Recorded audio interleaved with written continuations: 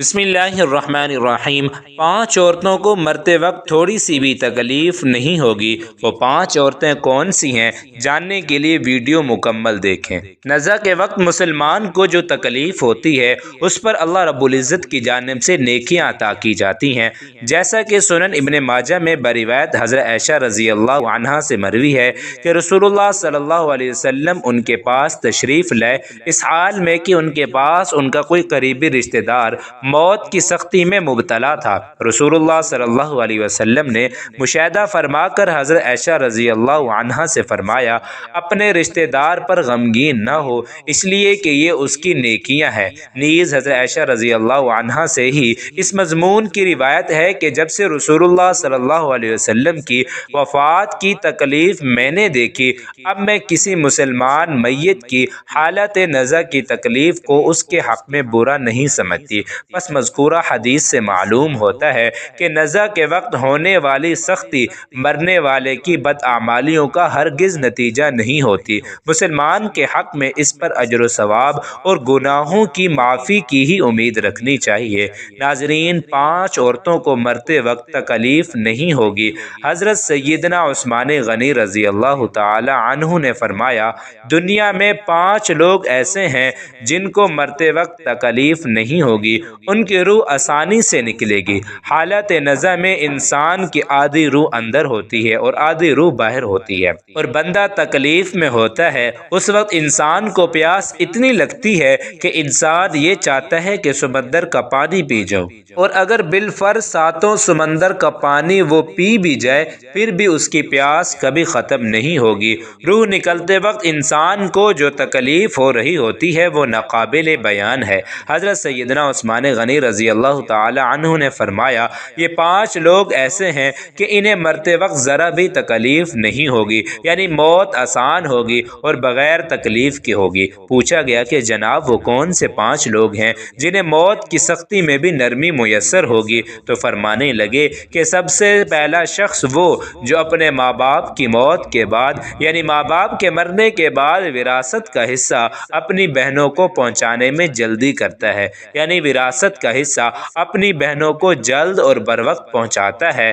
ایسا نہ ہو کہ بہن کے بچے بھوک سے بلکتے رہیں اور تم بہن کے حق پر قبضہ کیے بیٹھے رہو، اور بہن اس انتظار میں رہی کہ میرا بھائی کب مجھے میرے ماں باپ کی وراثت میں سے حصہ دے گا۔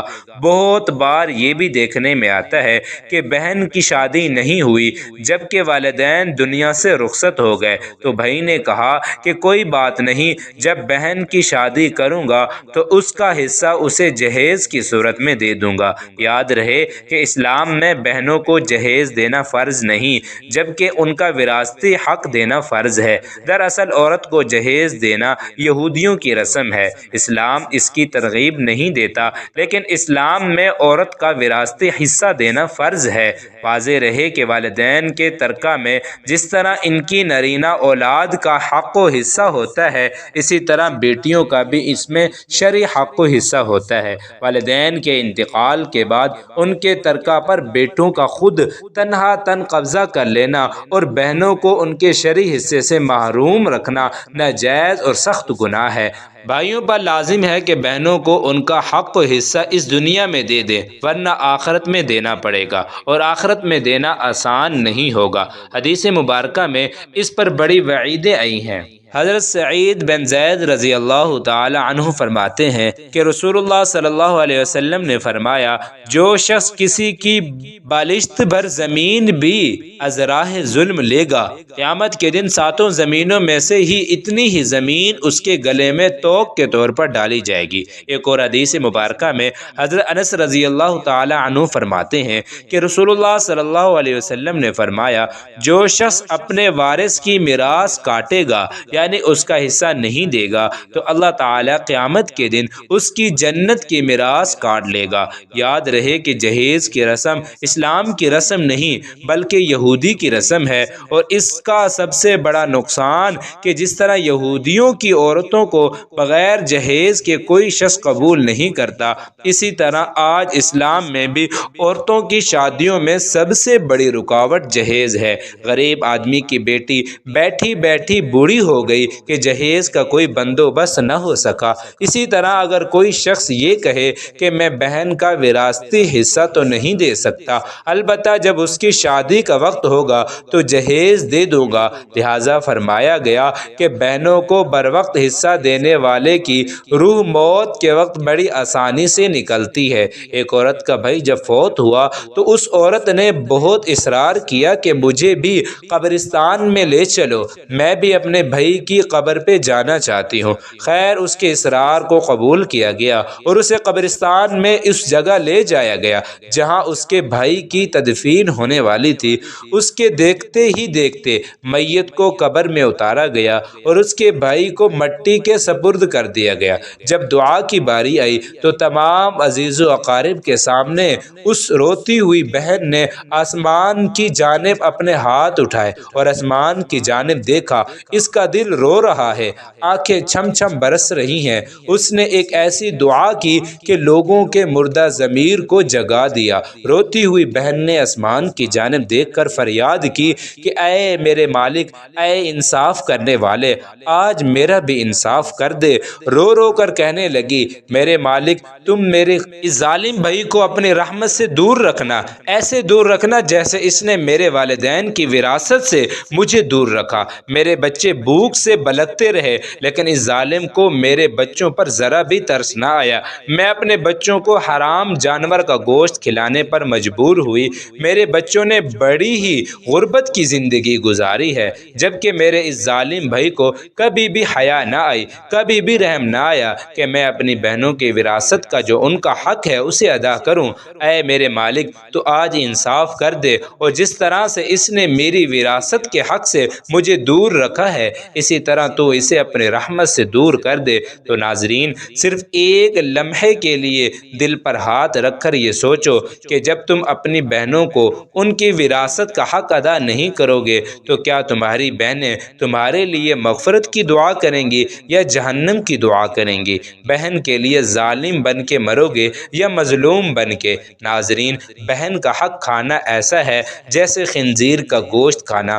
دوسرا وہ شخص جس کی روح مرتے وقت بڑی ہی آسانی سے نکلے گی، فرمایا کثرت سے صدقہ کرنے والا شخص، یعنی ایسا شخص جو اللہ اور رسول صلی اللہ علیہ وسلم کی رضا کے لیے اپنے مال و دولت میں سے یوں صدقہ کرتا ہے کہ جب وہ اپنے ایک ہاتھ سے کسی کو دیتا ہے تو دوسرے ہاتھ کو پتہ بھی نہ چلے۔ یعنی دوسرا انسان وہ ہے جو کثرت سے صدقہ کرے تو اس کی موت کے وقت اس کی روح آسانی سے نکلے گی اور جان کنی کا عمل اس کے لیے تکلیف دہ نہیں ہوگا۔ نمبر 3، ایسا انسان جو اپنی فیملی سے اچھا سلوک کرنے والا ہے، یعنی اپنے ماں باپ، بیوی، بچوں اور بہن بھائیوں سے نرم دلی کا رویہ رکھنے والا ہے، اپنے بیوی بچوں سے پیار کرنے والا ہے، حلال کا لقمہ کما کر اپنی بیوی بچوں کی کفالت کرنے والا ہے۔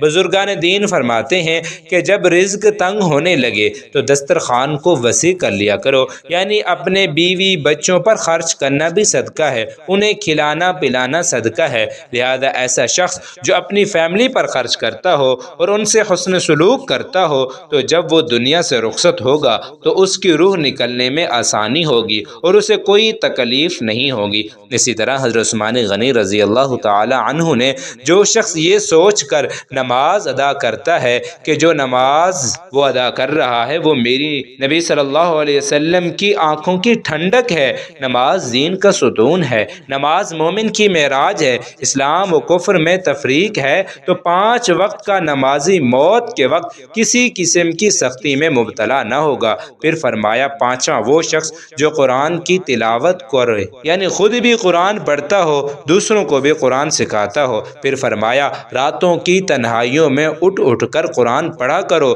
اور قرآن پڑھتے وقت رویا کرو۔ فرمایا کہ اگر رونا بھی نہ آئے تو رونے کی کوشش کر لیا کرو۔ حضرت علی حجویری گنج بخش رحمۃ اللہ علیہ سے کسی نے پوچھا کہ حضرت اگر رونے کی کوشش بھی کریں اور پھر بھی رونا نہ آئے تو پھر کیا کریں؟ تو فرمایا کہ پھر اپنے مقدر پہ رویا کرو۔ کیا تم اتنے سنگ دل ہو گئے ہو کہ تمہارے ہماری آنکھوں سے آنسو نہیں بہتے؟ حضرت عائشہ صدیقہ رضی اللہ عنہا کہتی ہیں کہ جب سے انہوں نے اللہ کے رسول صلی اللہ علیہ وسلم کو موت کے وقت درپیش سختی کا منظر دیکھا ہے، تب سے کسی کی آسان موت پر خوش نہیں ہوتی اور آسان موت نصیب ہونے کی تمنا بھی نہیں کرتی، کیونکہ وہ جان چکی تھی کہ نہ تو موت کی سختی مرنے والے کے برے انجام کی دلیل ہے اور نہ آسان موت کو عزت افزائی کی بات ہے۔ اگر سچ مچ ایسا ہوتا تو اللہ کے رسول صلی اللہ علیہ وسلم کو آسان سے آسان تر موت نصیب ہوتی۔ یہی وجہ ہے کہ نہ وہ موت کی سختی کو ناپسند کرتی تھی اور نہ کسی کے آسان موت پر خوش ہوتی تھی۔